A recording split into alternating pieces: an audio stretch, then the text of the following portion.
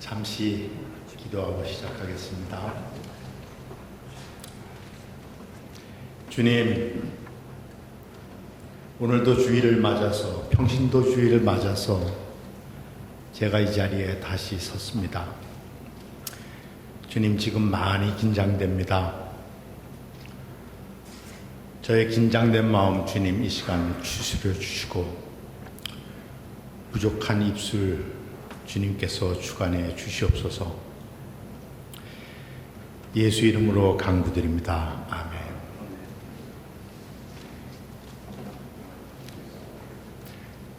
여러분들 한 주간 동안도 안녕하셨습니까? 제 기억으로는 올해로 이렇게 세 번째 평신도 주일 설교를 맡게 된 것 같습니다.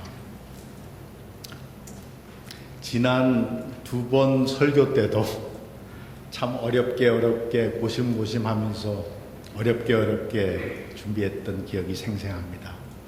이렇게 세 번째 하게 되는데도 크게 달라진 것 없이 여전히 고심 끝에 오늘을 또 맞았습니다. 그런데 이번에는 한 가지 제가 발전된 것이 있었습니다. 9월 초쯤에 뭔가 도움이 될까 해서 목사님에게 제가 여쭈었습니다. 평신도 주일 설교는 어떻게 방향을 잡아가야 합니까? 그런 질문을 드렸더니 주저없이 이렇게 대답해 주셨습니다. 담임 목사 대신 설교를 한다고 생각하지 마시고 평신도로서 우리가 기억하고 훈련해야 될 그러한 부분을 주제로 준비하시면 도움이 되지 않을까요? 이렇게 말씀하시고 감리교단에서 미리 준비된 2016년 평신도 가이드라인 링크를 저에게 보내주셨습니다. 그 내용에는 벌써 주어진 말씀이 있었고 오늘 여러분께 봉독해드린 그 말씀 4가지입니다. 그 말씀으로 준비하다가 보니 마치 하나님께서 내 등 뒤에 딱 버티고 있는 것 같이 느껴져서 마음이 든든했습니다. 준비하는데 참 많이 도움이 된 것 같습니다. 오늘 앞서 봉독해드린 4개의 말씀은 저희들이 잘 알고 있는 말씀 귀절이기도 하고 또 우리에게 항상 제일 무겁게 또 강경하게 다가오는 도전의 말씀입니다. 이런 말씀을 대할 때마다 저는 종종 의문과 불편함을 느껴왔습니다. 여러분도 마찬가지일 거라고 생각이 됩니다. 왜냐하면 특별한 동기 없이 우리가 그렇게 쉽게 따를 수 있는 그런 말씀이 아니기 때문입니다. 그러나 성경이 사랑이신 하나님 말씀이기에 그 안에 담겨 있는 우리를 향한 사랑의 말씀이 분명히 있으면 우리가 의심할 여지가 전혀 없습니다. 이 말씀 속에는 우리가 지키지 못하면 안 된다는 메시지라기보다도 우리를 위해 꼭 필요한 일이기에 더 강하게 주시는 사랑의 말씀이 아닐까요?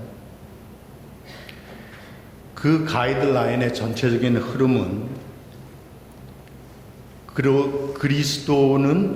그리스도인은 누구인가? 그러면 또 크리스찬은 어떻게 살아가야 하는가? 그 흐름이었습니다. 저는 그래서 오늘 이 말씀 제목을 살아가는 예배라고 붙여봤습니다. 제목이 마음에 들지는 않지만 설교가 끝날 쯤에는 이 말의 의미를 여러분들도 이해해 주실 것입니다. 이제 본문 하나하나씩 간단히 살펴보기 원합니다. 첫 번째 말씀, 율법 교사가 질문을 합니다. 거기에 예수님께서 이렇게 대답하십니다. 율법 가운데 어느 계명이 제일 중요합니까? 예수께서 내 마음을 다하고 내 목숨을 다하고 내 뜻을 다하여 주 너희 하나님을 사랑하라. 둘째도 이것과 같다. 내 이웃을 내 몸과 같이 사랑하여라. 라고 하셨습니다. 여러분, 이 말씀이 하나님께서 우리들의 사랑을 독차지하려고 주신 말씀이라고 여겨지십니까? 그렇게 들릴 수도 있습니다. 그러나 예수님의 초점은 그 다음 귀절에 있습니다. 내 이웃을 내 몸과 같이 사랑하라. 여기에 두고 있습니다. 우리가 복음의 자녀가 될 수 있었던 가장 큰 전환점은 우리가 하나님을 사랑할 수 있었기에 그렇게 된 것이 아닙니다. 그것은 오히려 하나님이 우리들을 조건 없이 사랑하신다는 것을 우리들이 깨달았기 때문입니다. 하나님에 대한 우리들의 사랑은 감사의 사랑입니다. 그분에게 요구한 적도 없고 받을 자격도 없는데 우리에게 먼저 다가오시고 있는 그대로 우리를 사랑하신 무한한 사랑에 대한 감사입니다. 그 사랑 때문에 우리는 우리다운 사랑을 또 배워갑니다. 그리고 예수님은 우리에게 이렇게 도전하십니다. 내 이웃을 내 몸과 같이 사랑하라. 여러분, 우리 가운데 이렇게 살아가는 분이 계십니까? 머릿속에 한번 떠올려 보시기 바랍니다. 그런 분이 계시다면 여러분들은 아마 저분은 정말 하나님을 사랑하는구나 그렇게 느낄 것입니다. 우리는 사랑했기 때문에 용서받은 자들이 아니라 용서받았기에 사랑할 수 있게 된 자들입니다. 두 번째 말씀, 누구든지 나를 따라오려거든 자기를 부인하고 제 십자가를 지고 나를 따라오너라. 이 메시지는 예수님을 믿고 따르기 위해서 우리의 모든 것을 희생해야 한다는 뜻이 아닙니다. 저희들은 그런 일들을 오래전에 직접 경험하고 들었던 적이 있습니다. 한국의 여러 가지 이단 종교들이 예수를 믿고 모든 재산을 팔아 그 공동체에 바치고 또 심지어는 직장도 그만두고 모든 봉사를 공동체에서 하고 심지어는 목숨까지도 요구하는 그런 사태를 우리는 종종 보아왔습니다. 이 말씀은 예수님을 믿고 따르는 과정에는 우리들의 많은 희생과 훈련이 따른다라는 그런 뜻입니다. 더 올바른 믿음을 위해서 내가 한 선택 때문에 가족을 잃을 수도 있고 직장을 잃을 수도 가난해질 수도 있습니다.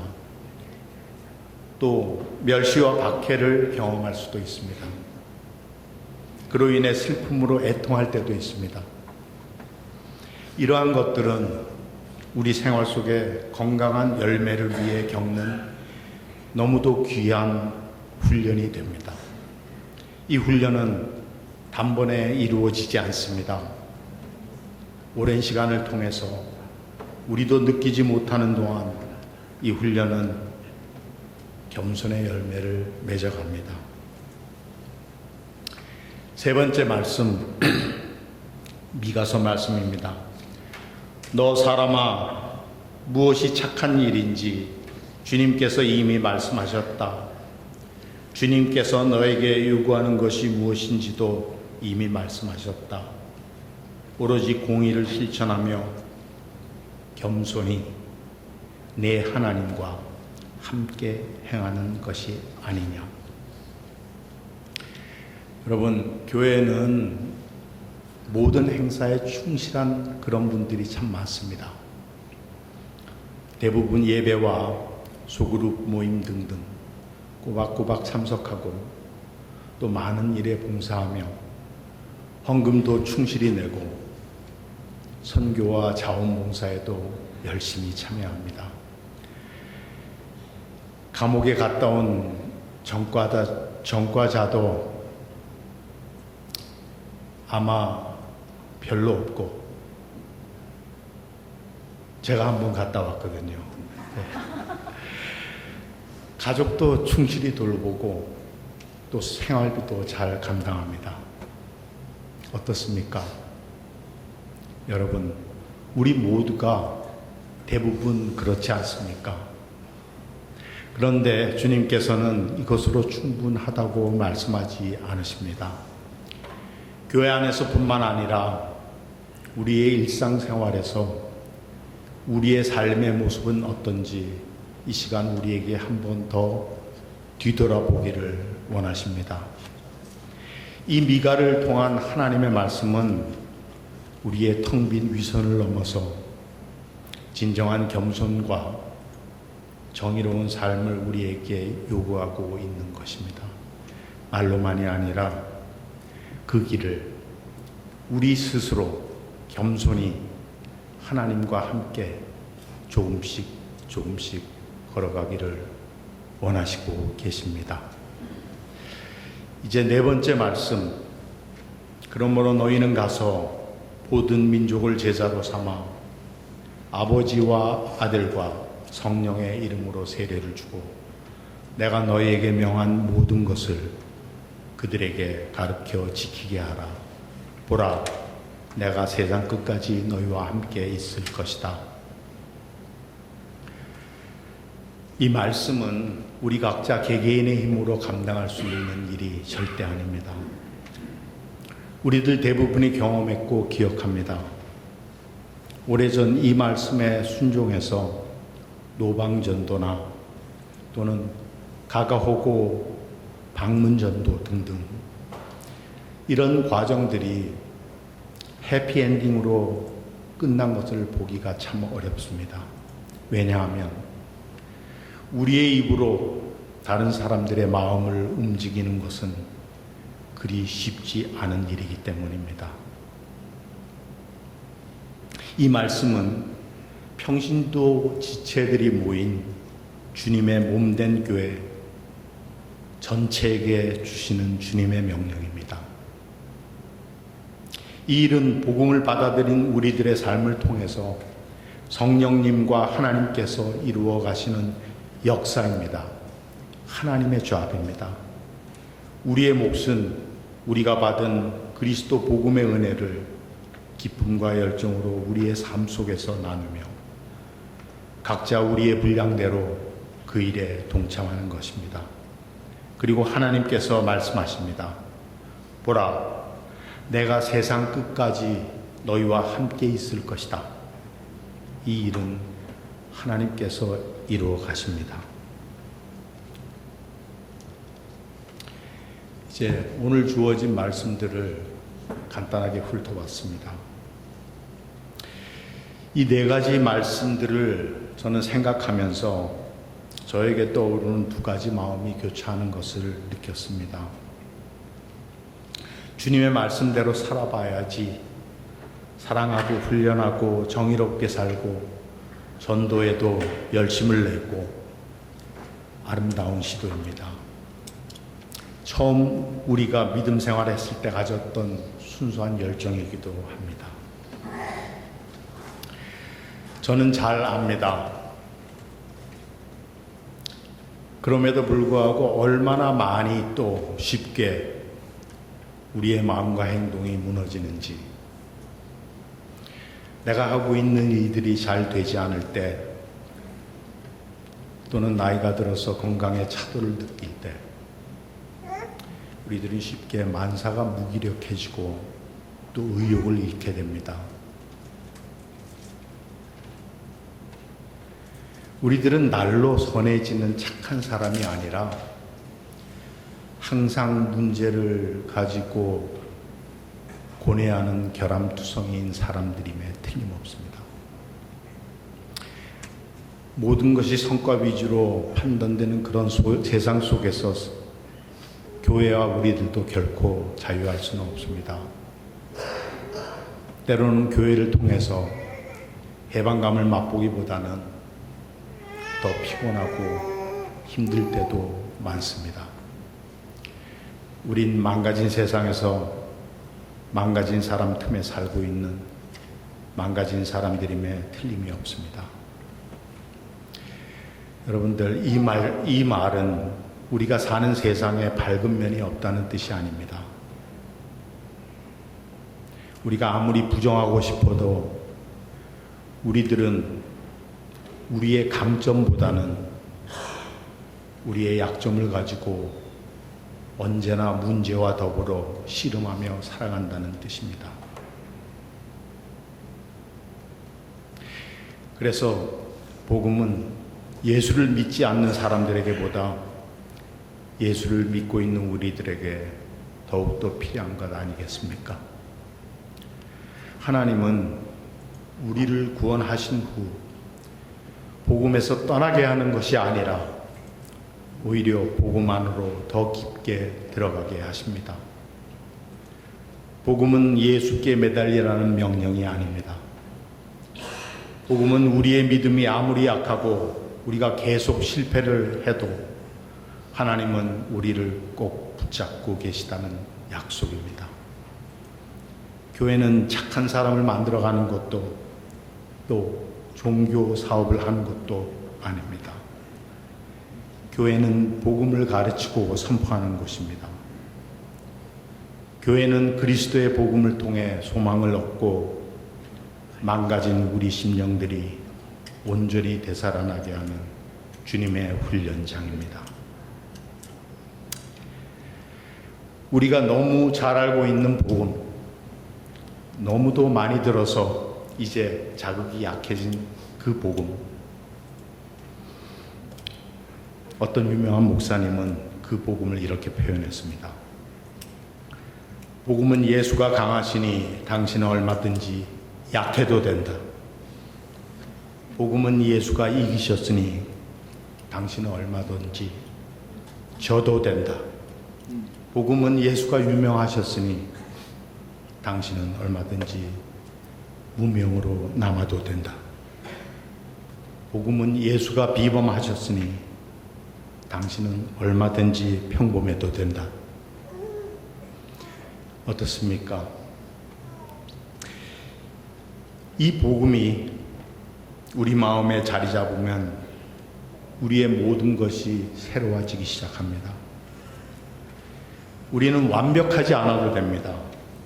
그러나 그때부터 우리는 온전하게 변하기 시작할 수 있습니다. 그리고 모든 것들을 지배하지 않아도 됩니다. 더 이상 괜찮아지려고 발버둥 치지 않아도 됩니다. 그럼 은혜란 무엇입니까? 또 저명한 목사님께서 은혜를 이렇게 말씀하십니다. 은혜란 신세를 갚을 수 없는 사람이 받는 사랑이다. 아무것도 한 것이 없는 당신이 받는 사랑이다. 사랑스런 구석이 하나도 없는데도 사랑받는 것이 은혜이다. 은혜는 요구하는 게 없다. 오직 베풀 뿐이다. 은혜는 무모할 정도로 관대하고 너무도 불편할 정도로 차별이 없습니다. 점수를 매기지도 않습니다. 그리고 은혜는 비싸지 않습니다. 그렇다고 싸지도 않습니다. 은혜는 아예 값이 없습니다. 오늘 하나님께서 우리들에게 다시 이 네 가지 말씀을 주신 이유가 무엇일까요? 착하게 살아가라고? 아니면 하나님 나라를 위해 더 열심히 일하라고? 아닐 것입니다. 예수님을 통해 모든 것을 이루신 하나님께서 우리가 복음의 은혜로 이 훈련 등을 통해 더 건강한 자유인으로 살 수 있음을 아셨기 때문일 겁니다.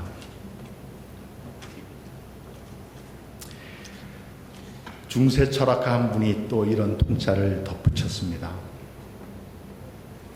우리의 우울함, 그리고 교만과 시기, 또 다 자아도취, 실패, 그리고 번민 등등 이런 모든 것들은 우리의 영적인 삶과 무관하지 않다. 사실 그것들은 영적인 삶에서 꼭 필요하다. 그런 것들 덕분에 오히려 우리는 완벽주의와 영적 교만으로부터 탈출해서 자유로운 삶으로 나아올 수 있다.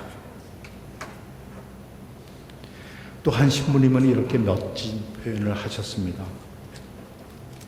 우리들에게 최악의 원수는 언제나 나 자신이다. 은혜로 산다는 것은 내 인생에 밝은 면도 있고 어두운 면도 있음을 시인하는 것이다. 나의 어두운 면을 받아들일 때 나는 내가 어떤 존재인지 또 하나님의 은혜가 무엇인지를 배울 수 있었다. 그렇습니다. 이제 우리는 상황이라는 울타리에 갇혀서 우리가 끌려다니는 것이 아니라 상황을 통해서 자라가야 합니다.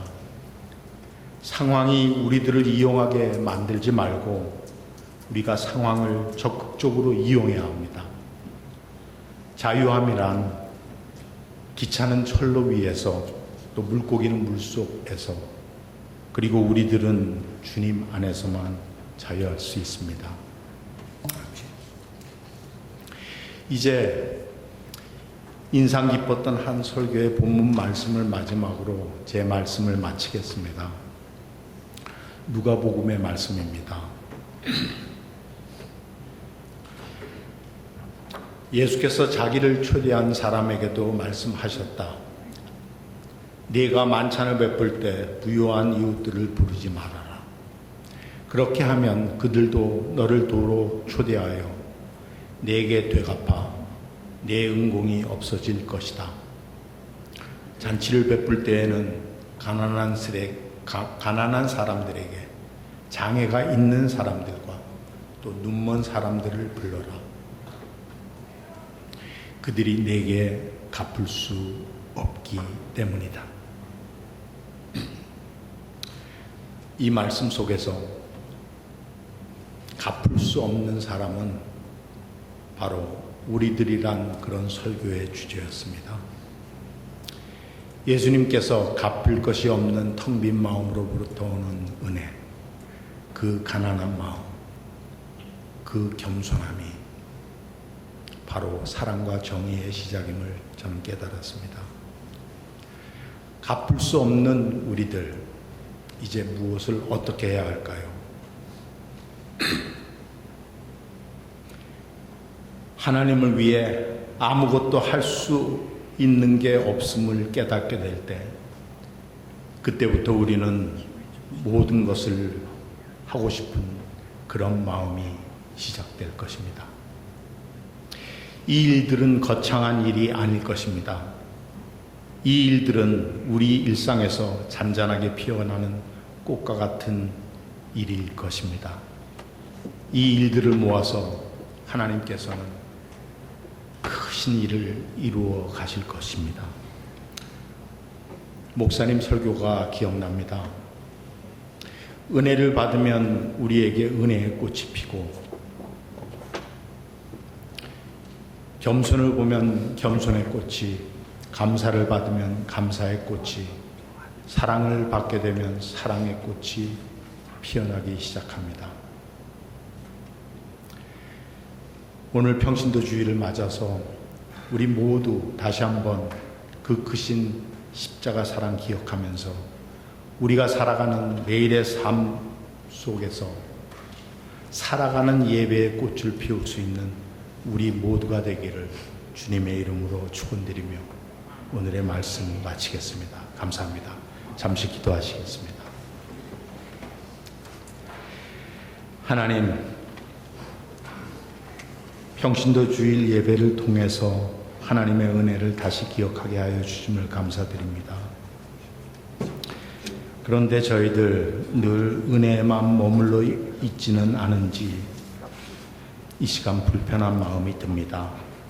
주님, 저희들의 나약함에서 한 걸음 더 나아가게 되기를 원합니다. 저희에게 자유할 수 있는 용기 허락해 주시고 주님께 더 가까이 성큼 다가설 수 있도록 주님께서 도와주시옵소서. 예수 그리스도 이름으로 감사하며 기도드렸습니다.